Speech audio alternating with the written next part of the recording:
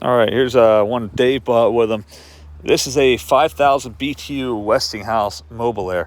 My grandma used to have one very similar to this in her house in Edgeley on Beaver Dam Road back in the 90s. The only difference I can see is that I don't remember if it had the circle around it. It may or may not have. But this W logo was just that, and it was right here with no air circulate. So this is kind of like a more fancy model.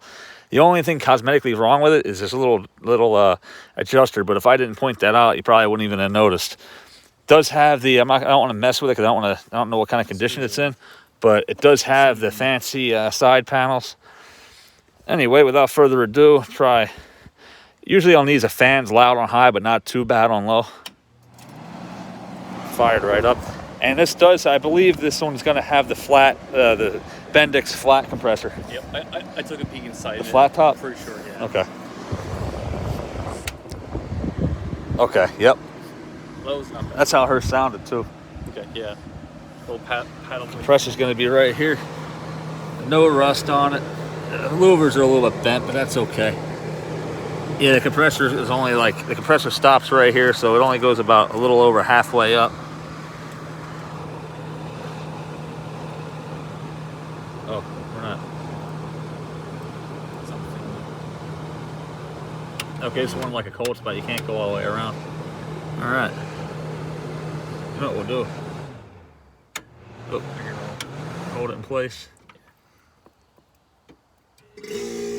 Oh, yeah. All right, let her rip.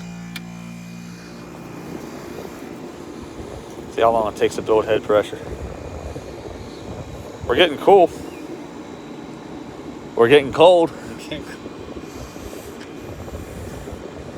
Oh, yeah. That was quick. I forget who it was that was saying they don't like the sound of the Bendix flats. A couple of guys agree with me. Yeah, I mean, yeah.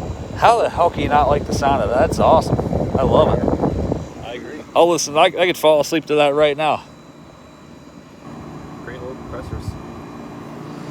If you look at the back, it is in great shape. Yeah, I don't really know of a bad, shitty recip. I know of a lot of shitty rotaries, though. Yeah. I can tell you the rotaries that are good. The GE. And some of the Jap ones are good, too. And a few Japanese. Yeah. I guess the Tecumseh ones were better than average, but still not as good as their recips were. Oh, yeah. And don't even get me started on freaking Fedder's Rotarex. So for this unit, someone posted the ad in the group.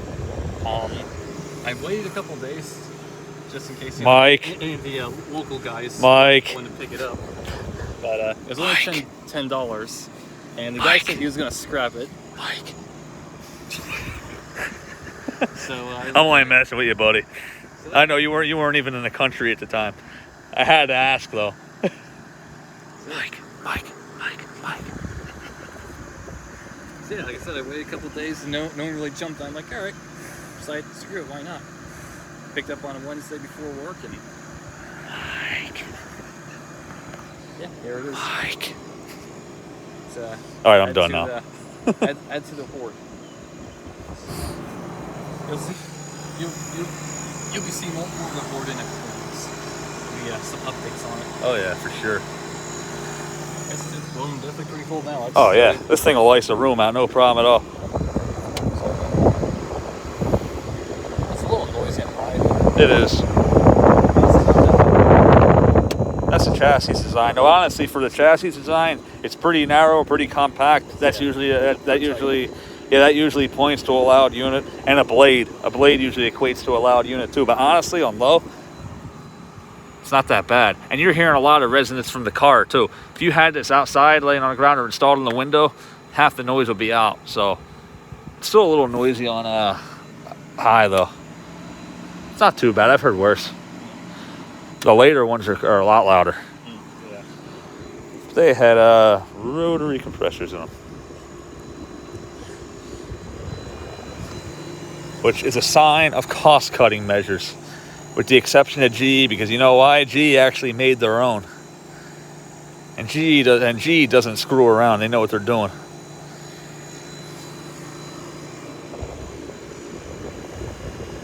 That's cold. Nice and toasty in the back. You're heating your car up pretty good. Yeah, no rust at all. I think the guy was going to scrap this originally before it goes to the marketplace. So I said I forget what kind of drain hole these have on them. This thing's taking the whole thing up. Okay, never mind. Okay, yep, right there. So the water has to accumulate pretty high for it to drip out, but that's okay. I'm sure it'll be, if this ever goes to get used, it'll be a drain hole modification. Oh, you know. You must drill a drain hole. Just not to the condenser. Yeah, just please don't drill into the condenser. KB is getting tired of fixing you guys' screw-ups. That is a great space for it. Oh, absolutely. Which I highly recommend. I drill holes through my condenser coils because I want to go TXV, man. Get a nice whiff of that R22. All right, well, I think that concludes the video. Yeah. All right, guys. Peace out. Thanks for watching. Catch us around. And off the record, this is Dave's, not mine. I'm just happy to be the guy with the camera. Oh, yeah.